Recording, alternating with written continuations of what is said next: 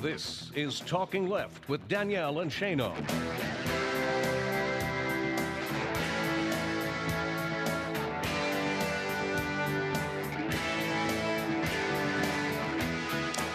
Welcome to Talking Left with me, Danielle and Shano.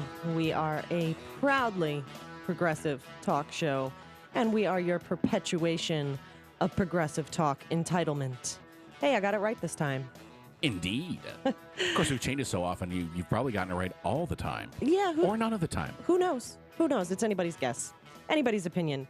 We have a great show in store for you guys today. At least we'd like to think so. Including great guest Desi Doyen of the Green News Report, Brad Friedman of the Brad Blog and the Bradcast on KPFK, and John Fugelsang of Viewpoint on Current TV.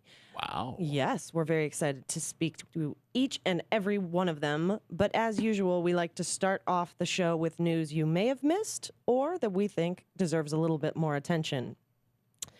I didn't think anybody was going to pick up this first story, but sure enough, we did see it recently on one of the bigger shows.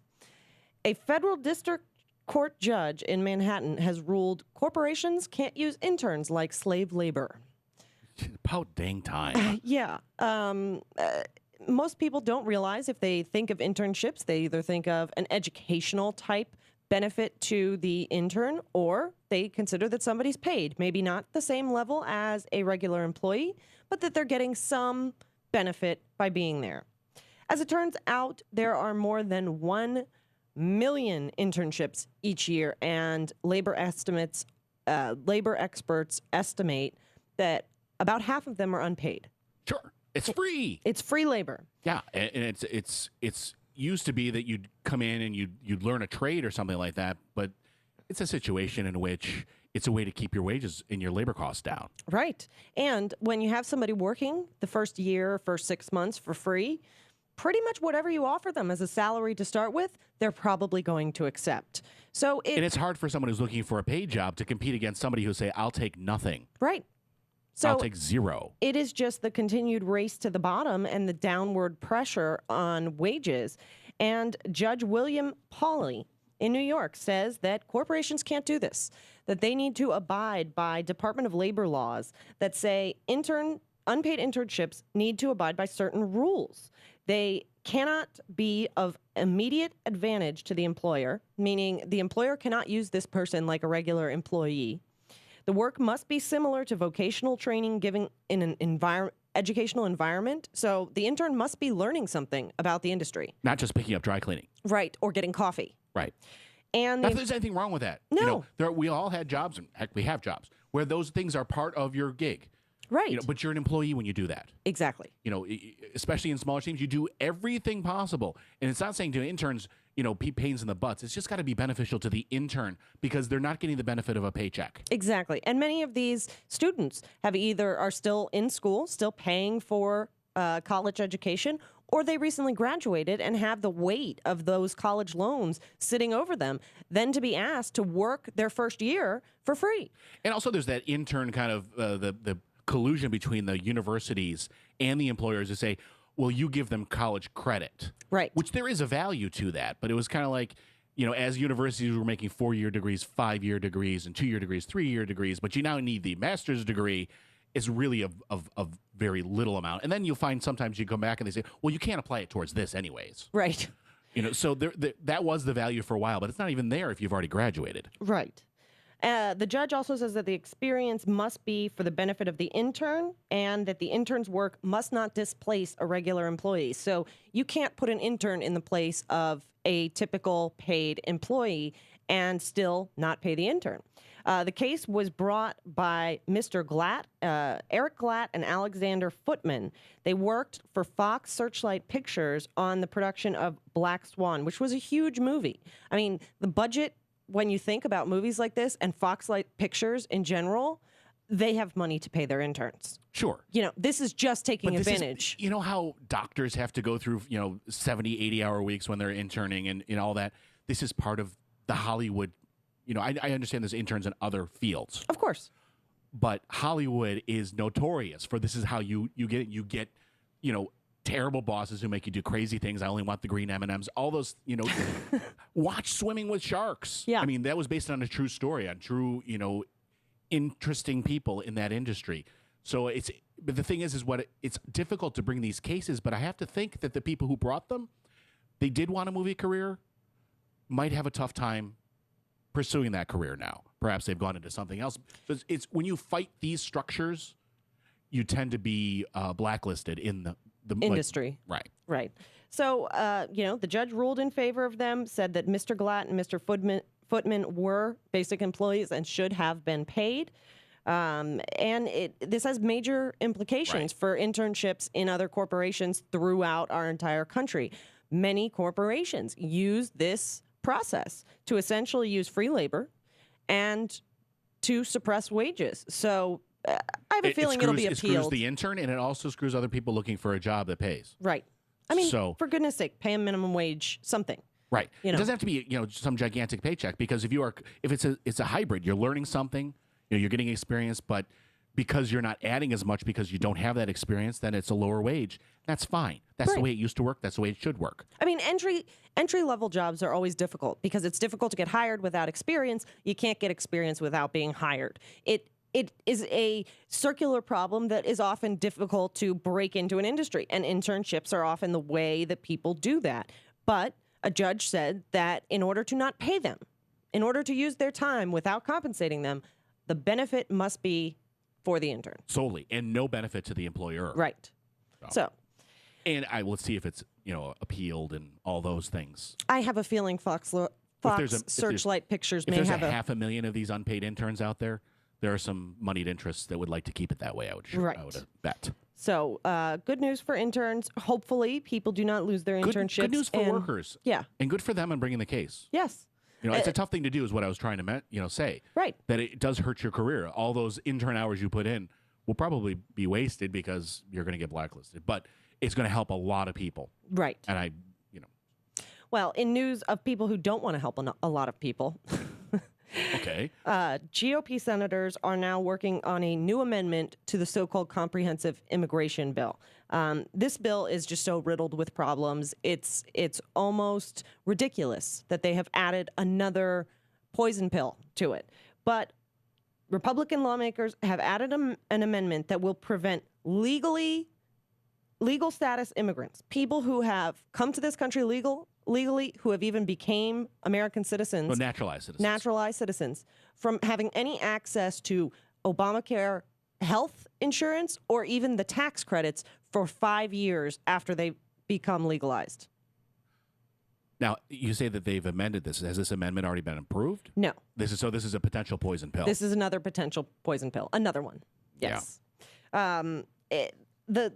The interesting part to me, and this I find rather disturbing, apparently programs like Medicaid and CHIP, Children's Health Insurance Program, already have this 5-year waiting period.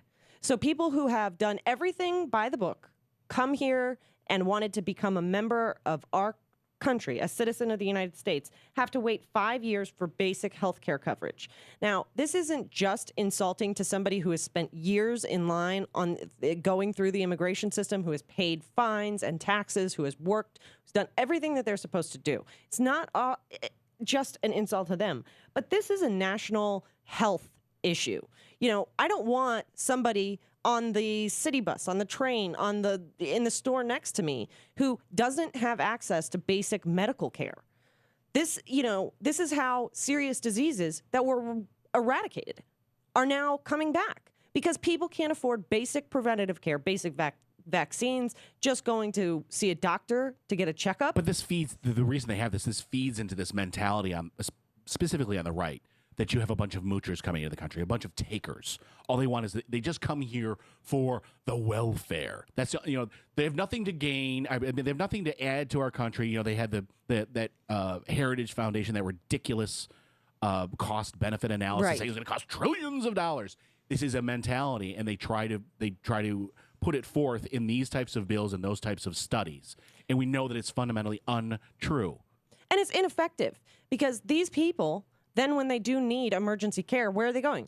The emergency room, which is costing thousands of dollars more per visit. And it's estimated According to Think Progress, state governments spend $10.7 billion on healthcare expenditures, like unpaid emergency room visits from people who don't have insurance. Right.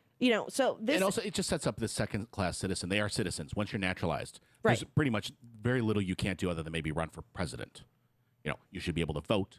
You have all of the responsibilities of a citizen. You are a citizen. It's just the path by which you got there, was a little bit different.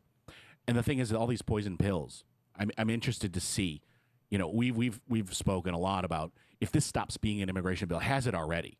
Is this really a big corporation bill? It seems to be. Corporations and defense industry. Does it get to that point where it's no longer an immigration bill, and therefore it dies? Or can we stop all these poison pills? Can we put some reasonableness in terms of the labor force requirements, that there will be benefits, there will be a social safety net for our new fellow citizens? Right. Our And even new from fellow people- workers, people who are going to work next to us every single day and doing their job just like we are. Right. They are people. Remember this, Republicans, they are people, first and Even foremost. for the people who are in line waiting. Yes. It is a benefit to our nation to have those people have access to preventative care, to basic medical services. I can understand limiting the amount we're spending on somebody who is not yet a citizen. There is some rationale in that argument in general, but not to the point where the detriment is greater, not to the point where you're treating somebody like they're not a human being. Yeah. So it's one to watch. The politics of it are such that I just wonder if they wouldn't just throw some kind of poison pill. I mean, Marco Rubio's come out and said, if same-sex couples get the same naturalization type rights, it's done. I'm not voting for it. Right, which that amendment was already struck down in the committee. In the Judiciary Committee. Right. What isn't struck down that Vermont senator, the head of it, Pat Leahy, Yes. was going to bring it up and realized that it was going to get nowhere. It was going to, these threats that we're going to kill the bill. Right. So he dropped it, but I think they should pursue it. Well, they're going to offer the amendment again in the, as the bill goes through the full Senate. But it's just ridiculous that in order to try and give people legal status, Republicans essentially want to treat them as less than human. Republicans essentially want to take this bill. They want to build a giant wall. They want really cheap labor, and they don't want anyone to use any services. Pay into the tax system. You get no services. You get no voting rights. Essentially just become slaves. Instead of moving our factories over there, we can keep the factories here and keep you in that status. Exactly. That's exactly what they want to do. Why offshore the jobs? Why outsource when they can just push wages down so low in this country? That's not what the heart of this bill is supposed to be about. Right. What is the goal of this bill? Is it an immigration bill or not? And I hope that it is. We need that. We absolutely do. And we both, I know, support real comprehensive immigration. But so far, I'm not thrilled with this bill. I do not see that this bill is shaping up to provide enough benefits that it's worth the cost. And I worry that Democrats are so hungry for a win after all the bills, after all the legislation, after everything that Republicans have blocked, that they will accept it anyway. The GOP will make the price very high. Right. Is the price too high? That's Right. the question. And that's going to vary based on who you are. If you're a dreamer, there is no price too high. You want to become a citizen. So, and I understand that. I get that. So it's very difficult. Just first step, stop the poison pills. That's step one. Right. Then let's look at the bill and evaluate it again. I don't expect perfection off the start. Absolutely not. Some of our greatest, most landmark pieces of legislation, things that we hold most near and dear, did not start out as good as they are now. And, we had to agree to a starting point and work at it from there. But we don't start 10 feet, before a reasonable line. Or we don't move backwards, essentially. Right. You can stay here, but to heck with you. That's what they want. It's pretty much we're not gonna ship you out, but other than that, you get to work here and you get nothing. Right. That's not an immigration bill. In other news, and Shane, you were in the court for this. We are very happy to say that corporations cannot patent our genes. They cannot own the right to our DNA. I think that is very, very big news, especially for the specific people who brought the case. Breast cancer researchers trying to gain access to the BRCA1 and BRCA2 genes. BRCA1 and BRCA2 genes, which are in every single woman, pretty much. But gene mutations of those genes are what predicts the possibility, the probability of getting ovarian or breast cancer. And the thing is that even though this gene occurs naturally in every single person, because Myriad Technologies said, we found it, it's ours, the Supreme Court says, so what if you found it? You can't own it. Right. You know, it's already created in nature. If you do something to it, if you mutate it, well, they actually didn't deal with mutations. They dealt with cDNA, which is complementary DNA. And not to get too much into the weeds, because I don't know them. I don't think the Supreme Court did either. Interestingly, Scalia filed a concurring opinion saying, I don't know any of this stuff. And I agree with the decision, and it's only based on what all the scientists before the court have said. So to the extent that they're correct, this decision's correct. And I thought it was very interesting he said that, because I don't think there was any geneticists on the Supreme Court. Right. So we're basing this all on science, but the science is well established. But if you take the DNA and if you take out, I guess, some kind of exons or whatever, and you end up with just a certain part of the strand, that synthetic strand that was created by a technician in a lab is patentable. Right, which is the cDNA. But the genes, basic DNA is it occurs in nature. Right. They may not patent that. And that, it's a big deal for breast cancer research, because the tests should come down in price because there'll be competition. And it's a but big this deal. is across science in general. Right. It's a big deal for future implications of disease prevention, cures, all across the board, of finding those genetic traits and predispositions, and hopefully wiping out some of the most serious and the thing health is that problems we deal with. The companies have pretty much stopped, even before this case, trying to patent DNA. What they've done to it, their different changes to it, processes developed from it, those they've been patenting. But this crazy patent by Myriad, they pretty much stopped this, thinking, this really isn't right. Right. We're actually getting in the way of progress that other people can be doing. Hogging it all for ourselves. Right. Which hurts the public at large. Exactly. Well said, Shano.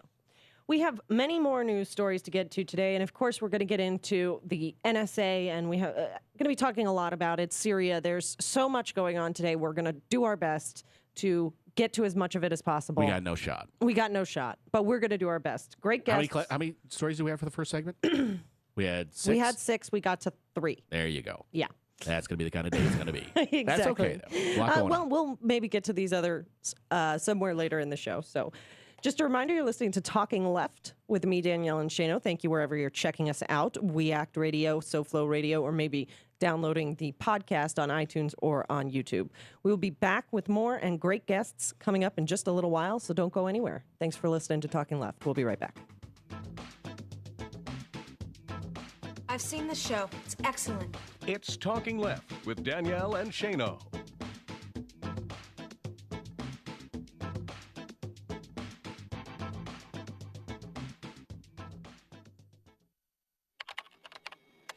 My name is Joe Thompson. I'm 29 years old and I have a career that I love as a systems analyst. Career. It still sounds cool to say that word. I never could have gotten on this path without a college degree. And if the college me were here, he'd tell you. I never would have gotten to college without Big Brothers Big Sisters. I could have ended up anywhere, on the streets even. But college? Joe Thompson? Not likely. My big brother helped me out. He taught me I could do anything, at a time when a lot of people were saying just the opposite. And to a 7-year-old, that means a lot.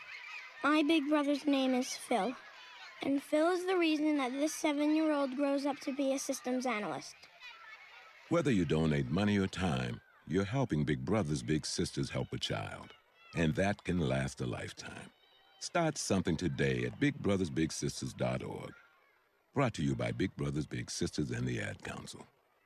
Breast health awareness is critical for all women, particularly African Americans, because we have an increased risk of dying from breast cancer compared to women of other backgrounds. At U of M, I'm doing research here and with women in Ghana to look for an inherited link that makes African and African American women susceptible to a more aggressive type of cancer. Finding this link, I believe, will make new treatments possible. But right now, making sure that you are properly screened is our best protection. With experts like Dr. Lisa Newman, the University of Michigan Health System is a leader in cancer care. When you call our free Cancer Answer line at 800-865-1125, an oncology nurse will answer any questions you might have about the prevention, screening, and treatment of breast cancer and other forms of cancer. All calls are confidential. Call 800-865-1125 or visit uofmhealth.org/Cancer Answer Line. We're working to help everyone enjoy longer, healthier lives. That's the Michigan difference. Hey there, Matthew Filipovich here, host of the creatively titled Matthew Filipovich Show, which, by the way, you can hear every single Saturday right here on 1480 AM We Act Radio. Now, I'm going to be honest with you people, I'm not the smartest guy in the world, but I like talking to smart people who are smarter than me, some of the smartest, funniest, most badass progressives out there. People like Glenn Greenwald, Naomi Klein, Jane Kuger of the Young Turks, Jamie Kilstein, Allison Kilkenny, Alan Grayson, Jeremy Scahill, Jim Hightower, and more. That's right, I said more. Don't believe me? Well, tune into the Matthew Filipovich Show every single Saturday for some of the best in liberal talk, news, comedy, and interviews right here on 1480 AM We Act Radio. Friends, David Schuster here, and all of us at We Act Radio are so proud of our neighbors here in Southeast D.C., especially one of our partners, the Ark. The Ark is at 1901 Mississippi Avenue Southeast. It's the home to some of Washington's best, including the Washington Ballet, the Levine School of Music, Boys and Girls Club, and the Children's Health Project. All provide a number of programs and services within the very same facility.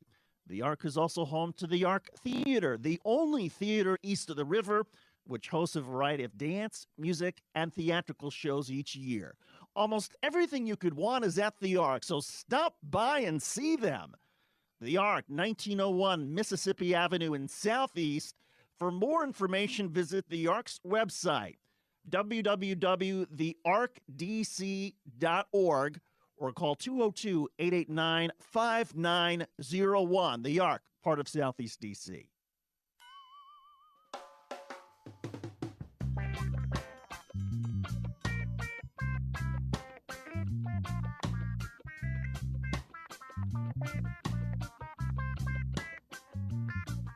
You're listening to Talking Left with Danielle and Shano.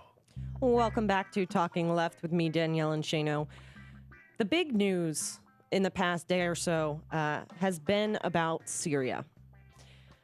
Apparently, the United States government has confirmed the use of chemical weapons by the Assad regime.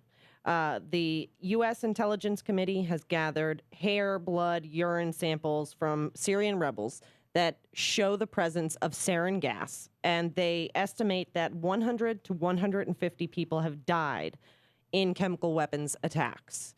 Now, news broke more recently, after this story came out, that apparently the U.S. government has had this news for several weeks and has sat on it. Now, I find this very interesting. I just want to, this news, which reminds me so much of all the gases and bombs and things that were in Iraq. So forgive me if I'm sorry, just because you say it so, I don't necessarily believe it's so. I'm sorry. Right. I just, to what, they say within a certain certainty, well, come on. Why in the world would the government, who's got much bigger guns, bigger, airplanes, machine guns, all that, to gas 100, 150 people, and know that the United States is going to step in, at least according to what our president said. Right, that was the red line. What is the upside to this?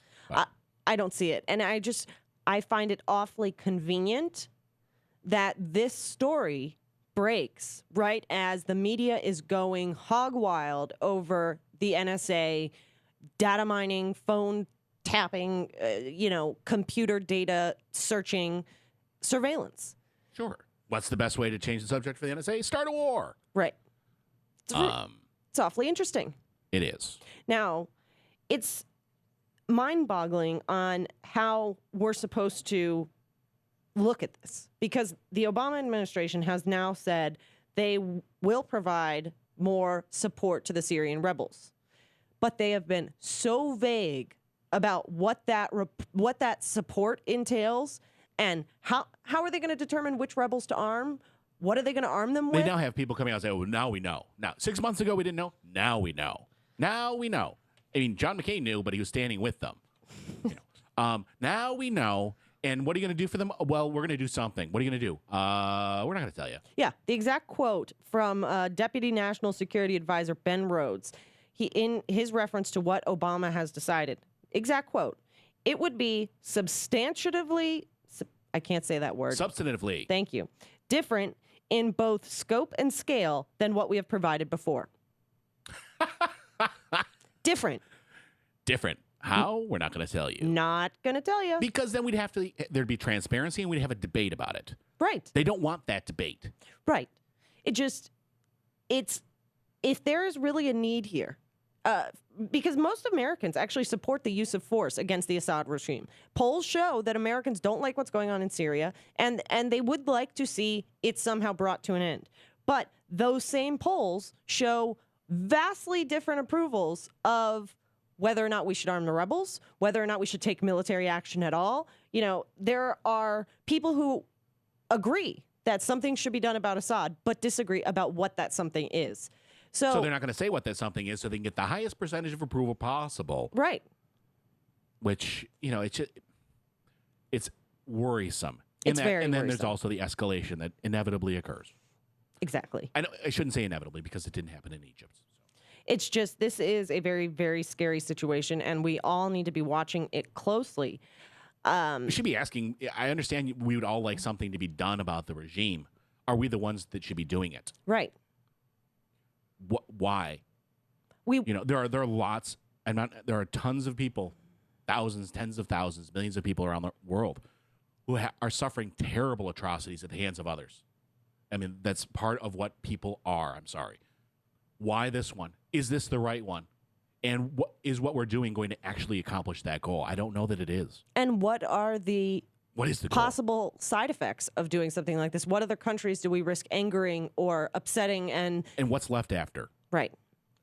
Always what's left after. That's always the question. This is the exact reason why Congress, before September 11th, 2001, had to give permission for things like this. Now, with the authorization of use of military force, President Obama, by himself, can just check the box and send... I thought I heard out of the corner of my ear at some point that a committee has already given authorization when it comes to Syria as well. Oh, so? Specifically. Great. Yeah. And John McCain was on the floor immediately saying, arms aren't enough. Whatever it is, it's not. It's amazing. He doesn't even know what it is. It's not enough. Whatever it is, I want more. I want more bombs. I want more bullets. I want more planes. Everything except boots on the ground because we know nobody likes that. Right. More. So, everybody could decide for themselves why the government decided to release this information in the midst of the NSA scandal. We will suggest that it was to change the subject. But we're not going to stop talking about the NSA here. We have lots more to talk about and great people to talk about it with. So we're going to be back with more on Talking Left in just a few minutes. Stick around. This is not normal. It's Talking Left with Danielle and Shano.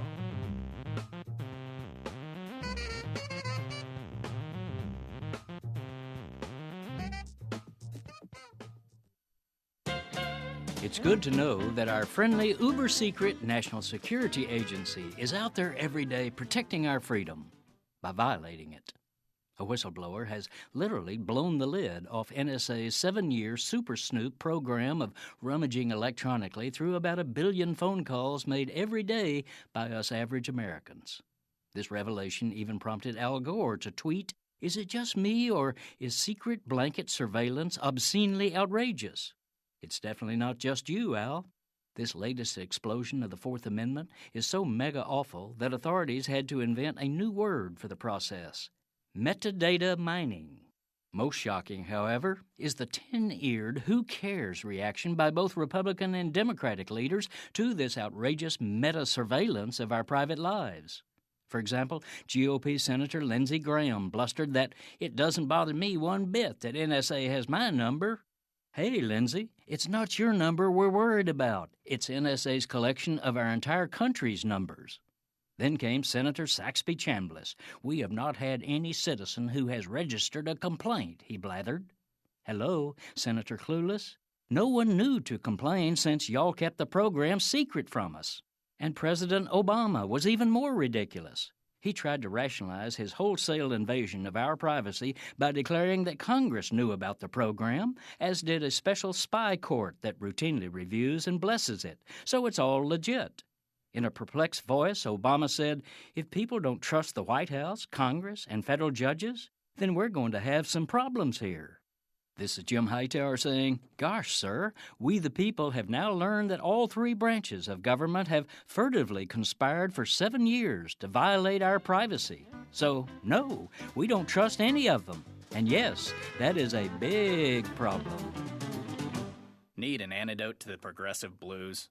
Want some good news about how grassroots folks are rebelling against the corporate powers and winning? Well, here's an easy-to-swallow pill for you, the Hightower Lowdown. Hightower's monthly newsletter will give you the lowdown, even as it lifts you up. It's 4 pages a month, jam-packed with facts you can use, actions you can take, and Jim's own Texas humor, all for only $15 a year. To become a lowdowner, go to hightowerlowdown.org. You're listening to WIN, Workers Independent News, a production of Diversified Media Enterprises. I'm Doug Cunningham. While their brothers and sisters are taking their concerns to Walmart shareholders in Arkansas today, Walmart warehouse workers and community supporters are protesting abuses of workers by Walmart in Chicago. The organization United for Respected Walmart, Our Walmart, is joining with Stand Up Chicago, the Chicago Teachers Union, Jobs with Justice, and the Workers' Organizing Committee of Chicago, demanding a minimum salary of $25,000 a year and an end to retaliation for union organizing at Walmart and Walmart warehouses. Dangerous working conditions and wage theft are also issues in today's Chicago protest. The workers say that Walmart is reacting to dangerous working conditions in Bangladesh and other suppliers around the world with empty promises to improve conditions. The workers and their community allies want improvements for workers in Walmart stores and all along the company's supply chain, including the Walmart Express in Chicago. The Coalition of Flight Attendants Unions is celebrating the success of its campaign to keep knives off passenger flights. The unions commend the TSA for revising its announced policy based on input from frontline aviation workers. 5 unions representing 90,000 airlines workers across the industry mobilized against the intention of the TSA to allow small knives back in passenger airline cabins that was announced back in March. The unions filed a legal petition against that policy change and mobilized a public campaign against it. The TSA decided in the face of that campaign that small knives will stay on the prohibited list on flights. This week marks the 1-year anniversary of a workers' strike against Palermo Pizza. Jesse Russell reports. To bring attention to their strike, more than 100 workers and their supporters marched 18 miles on Saturday from the Milwaukee factory to the home of Palermo co-owner Angelo Faluca in Mequon, Wisconsin. The workers attempted to deliver a letter to Faluca detailing their issues, but security guards prevented them from doing so. The major issue the workers would like addressed is the company recognizing their union in contract negotiations. They're also seeking sick days, better wages, and improved working conditions.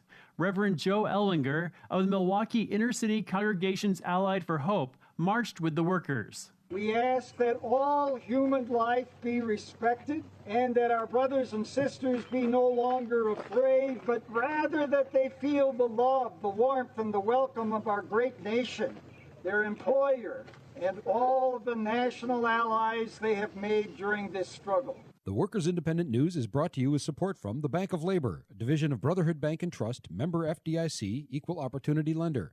Bank of Labor is union-owned, union-represented, and the bank of choice for unions and their members. Now you can do business with a bank that shares labor values. More info online at bankoflabor.com. You've been listening to WIN, Workers Independent News. For more information, visit laborradio.org. It takes 12 years to create a graduate. It takes about the same time to create a dropout. And at the end of the day, the difference between a child becoming one or the other could be you. So United Way is asking you to make a pledge. Tutor a child who needs help. Mentor a kid who needs someone on their side. Volunteer to read to children. Because when a child advances, we all advance. Be a reader, tutor, or mentor. Give, advocate, volunteer. Live United. Take the pledge now at liveunited.org. Brought to you by United Way and the Ad Council.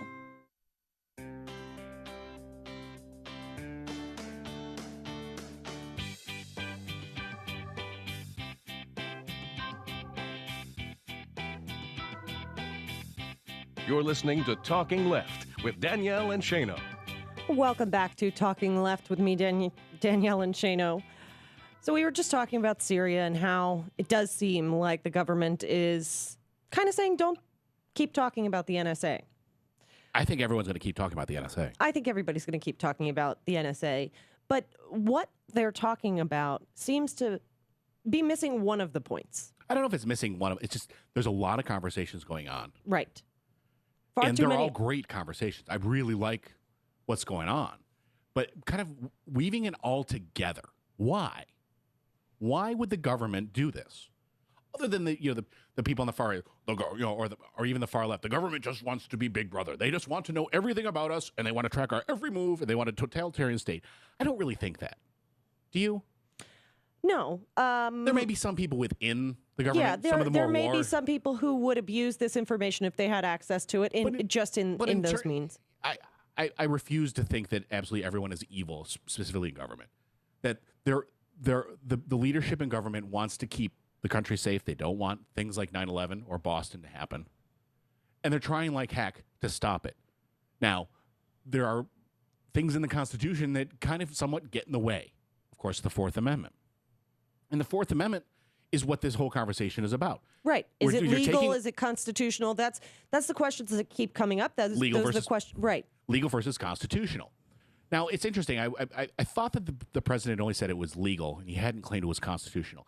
He doesn't even claim it's constitutional, but he does say it's within constitutional boundaries. He doesn't actually say that. I don't think there's a quote of him saying, what we're doing is constitutional. He says that we've gone to a court to make sure it fits within constitutional guidelines. It's a little different thing. Yeah, I don't remember the Constitution being an outline. Well, but to boldly say it is constitutional, as someone who knows the Constitution, it's not constitutional. But the thing is that you spoke last week with Lee Tien of the Electronic Frontier Foundation. There is a difference between legal and constitutional. Of course, legal is what law has been passed, and constitutionality is determined by a court. And if it never gets to a court, it's always constitutional. Everything is constitutional that the government does until the court says it's not. So we've had case after case where the government says, well, you don't have standing, or this is a state secret. Right. They don't ever want to get to that constitutional question because they're worried, and I believe the Supreme Court, I'm going to go out on a limb here, would say this is unconstitutional. It'll be interesting. If you look at the DNA swab case from a couple of weeks ago, right, where Justice Scalia vehemently dissented, saying this is a violation of the Fourth Amendment. I think it would be the four less conservative justices, Ginsburg, Kagan, Sotomayor, Breyer, and Scalia, who would say this is unconstitutional. That what you are doing is an unreasonable search and seizure without a warrant. Right, because many people have tried to challenge this. Yeah, many organizations, the ACLU, the EFF, EPIC, Amnesty International, so many organizations have tried to say we're being spied on by the government, and that violates our constitutional right to privacy, to protection, to unreasonable search and seizure. All kinds of things. Right. And just about every time the government says, you don't have standing. You can't prove that you were spied on. So this case is null and void. Right. It's gone. Right. Or we can't talk about this in open court because it's a state secret because of national security. Of course, says we can't really look at it. Sorry. Goodbye. So the case never proceeds. It never gets to that Therefore, point. It's always legal and never declared unconstitutional. Right. Now, the thing is, I don't believe that most of the people in the government like breaking the Constitution, or even skirting close to it if they claim this is constitutional. So the question is, why are they doing this? Why? The Fourth Amendment, they could go in. Okay, so the situation is, okay, you catch somebody in the middle of a terrorist act in Afghanistan. They're planting an IED that's meant to kill American troops. You know this person is a terrorist. He has on him a phone.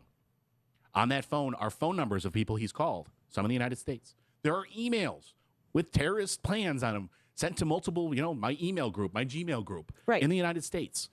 And they would like to get that information. We'd like to follow where this leads and see if there are other cells, particularly ones that are planning on attacks. We want to see who else the bad guys and are talking to. And that's reasonable. Right. And under the Fourth Amendment, what do you have to do? You got to go swear an oath or information. If you want it secret, do it in FISA. It has to do with foreigners, and then you present that to Google. You present it to Yahoo. It takes time. And Google and Yahoo, and specifically Twitter, have said in a lot of cases, no. because this is wrong with this or that. There's been constant battle after battle after battle over these things, and probably some that we don't even know about. And sometimes there's cases that aren't so stark. We think this guy might be a terrorist because a guy in the town over said he was. We think he emailed this, so we're going to swear this, and those gray areas. So this is a way to take those fiber optic lines using a prism, it's called prism, and splitting them and saying, you are going to store them on your server, but we're also going to split them off, and we're going to just host all this information on our server. We're not going to search it. We're not searching it. Theoretically. So we don't need a warrant yet. I'm taking, for my conversation we're here, taking I'm just saying, their word we're taking at it. everyone's word for it that they're acting as they say they're acting. No rogue people at this point. That's a totally different discussion. So they are hosting this. And this started a long time ago. 7 years ago, at least. More. There's a document that right after George Bush was handed the presidency by the Supreme Court in Bush v. Gore. So before September 11th, 2001. December 2000. Wow. Before he was even sworn in, the NSA realized they've got President Bush and more specifically Vice President Cheney and probably Donald Rumsfeld. They might be more open to the NSA expanding a little bit. So they wrote a nifty little memo that has been classified for a very long time. Now declassified, 2000. And in it, let me flip to the page. It's page 32. This is called Transition 2001. We weren't just transitioning to a new presidency. We're transitioning to a new NSA in a top secret document. Top secret. The Fourth Amendment is applicable to these things. The information age, however, caused us to rethink and reapply the procedures, policies, and authorities born in an earlier electronic surveillance environment. Make no mistake, NSA can and will perform its missions consistent with the Fourth Amendment and all applicable laws. But senior leadership must understand that today's and tomorrow's mission will demand a powerful, permanent presence on a global telecommunication network that will host and then the word protected, in quotation marks, they're disputing whether or not protected, that will host the protected communications of Americans, as well as the targeted communications of adversaries. So they're calling it hosting. So if I can explain this in a way so that to be sure that I understand, Shane, you're saying that according to the NSA, before September 11th, 2001, they said, we need all this data because of this new scary information age. And in order to not violate the Fourth Amendment, we're going to host it and not search it. Right. Now, but correct me if I'm wrong. I am not as knowledgeable about the Constitution as you are. But doesn't the Fourth Amendment protect us from unreasonable search and seizure? Yep. Aren't they seizing the data at the point they are hosting it? Arguably. There are some courts that said that digital copies are a seizure. There are some that say they aren't. Ninth Circuit has said they are. Other circuits have said they aren't. The more important word is unreasonable. Unreasonable. That's a rather vague term. Well, no, it's a movable term. Reasonable in what context? In what context? And who gets to decide? On September 12th, 2011, I bet you some things would be considered reasonable that are not considered reasonable today. But there are three things that help the Supreme Court to decide how to evaluate reasonableness. One, the gravity of the public interest which will be served by the seizure. Stopping 9/11s might be high gravity. Two, the degree with which the seizure advances the public interest. That could go either way. Three, how greatly the seizure interferes with personal liberties. If they aren't looking at it, it's just sitting on a computer. Is it really? And they haven't taken a copy that you don't have access. It's not like they, when they seize a car, you can't use the car. Right. You can still use your digital information. Notice President Obama called it a modest interference, going right to that point. This will hinge because no one disputes there is no warrant. There is no warrant. The And the warrant FISA comes court, after they've already collected the data. The warrant is just to say, can I look at search. X, Y, and Z? Because the search would be unreasonable without the warrant. Right. They're just the hosting of this information, using the prism to split off the light, to host it somewhere else. Is that unreasonable in light of this? Because if it is a reasonable seizure, under these circumstances, then no warrant is required. If it's unreasonable, then there would be, and everyone's agreed there is not a warrant for this. And they say over and over, well, the FISA courts looked at it, the FISA courts looked at it. Yes, but there's been no adversary there. There's been no one standing up and saying, I am a citizen of the United States. I value my privacy rights. I don't want this hosted there. This gets in the way of my personal property interests in these digital communications. Right. Nobody is representing us at the FISA courts. Right. And anyone who tries to represent us, the EFF, ACLU, they get smacked down on technicalities because they don't want to get to this question of reasonableness. They want to get to the question of whether it's a seizure. They don't want to get to a question of whether or not there's oath or affirmation required. They don't want to get to the question of whether or not the FISA court is a dog and pony show.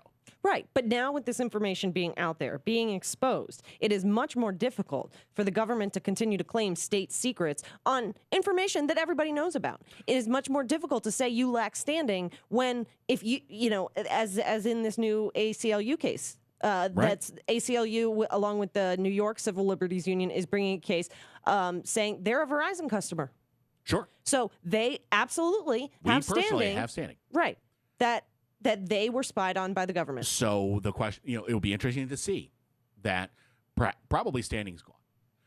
State secret, well, we released part of it, but all this other stuff's redacted, and we'd have to get into that. I can imagine that argument's going to be made.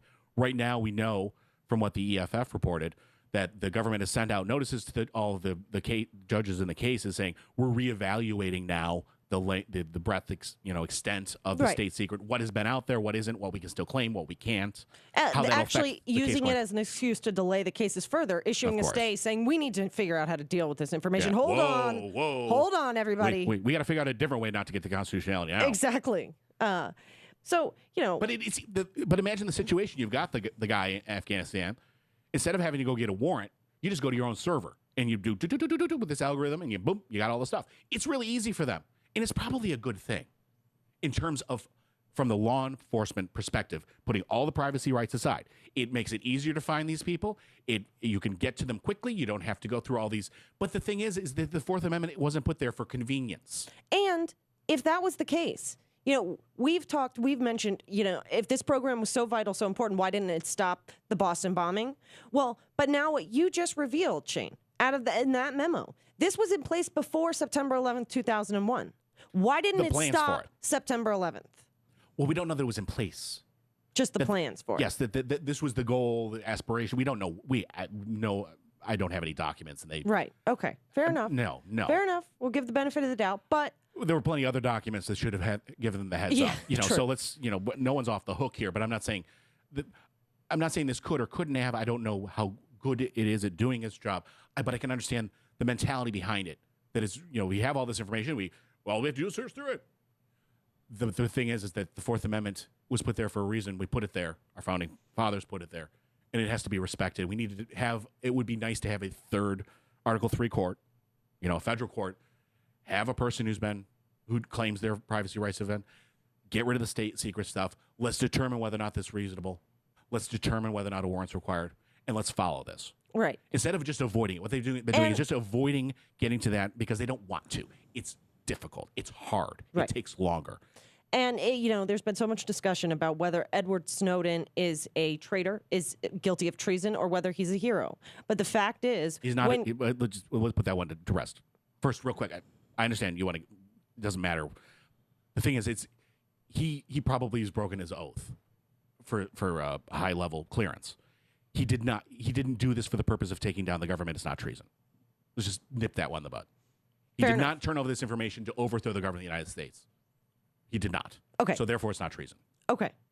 But regardless of what you think about him, what your personal opinion is, without people like him who are willing to go to jail, possibly, you know, be blacklisted from his entire career, God only knows what could befall Edward Snowden because of him releasing this information. But without it, the ACLU, companies, organizations like this could not say, we now have standing. You cannot now say this is a government secret. This is the only way we're going to be able to challenge things like government surveillance and the FISA court, because obviously we know from 10 years, they're not going to let us do it. Well, and think about it. There's two things in the way. There's standing and there's state secret. You have whistleblowers that are going to blow up standing. And just, I don't believe that Congress is going to reel this back in without huge amounts of political pressure. But the few people in Congress who are saying, enough of this, the Ron Wydens, I don't know that they're necessarily even doing it to say we're going to put in new legislation, but every bit of transparency they can bring to this takes down that state secret. Right. So once we get rid of those, then we get a court to look at it. Right. There it is. It's So, really simple. That was our take on it, and we just thought that had kind of not... Just a bigger picture, maybe. Maybe not too many people focusing on that large perspective. So anyhow. Or maybe they are, and I want to go hear what they had to say because they probably said it way. We are just minutes away from giving you a break from talking about the NSA for a little while, because coming up at the top of the next hour, we're going to be speaking with Desi Doyen of the Green News Report, and she's going to be telling us about some amazing stories that we all should have been hearing about. But the news was a little focused on the NSA recently, and some really big environmental stories are going unreported. You're not going to want to miss this. You're listening to Talking Left with me, Danielle and Shano. Stick around. It reflects the drama of the human experience, and isn't that the essence of art? It's Talking Left with Danielle and Shano.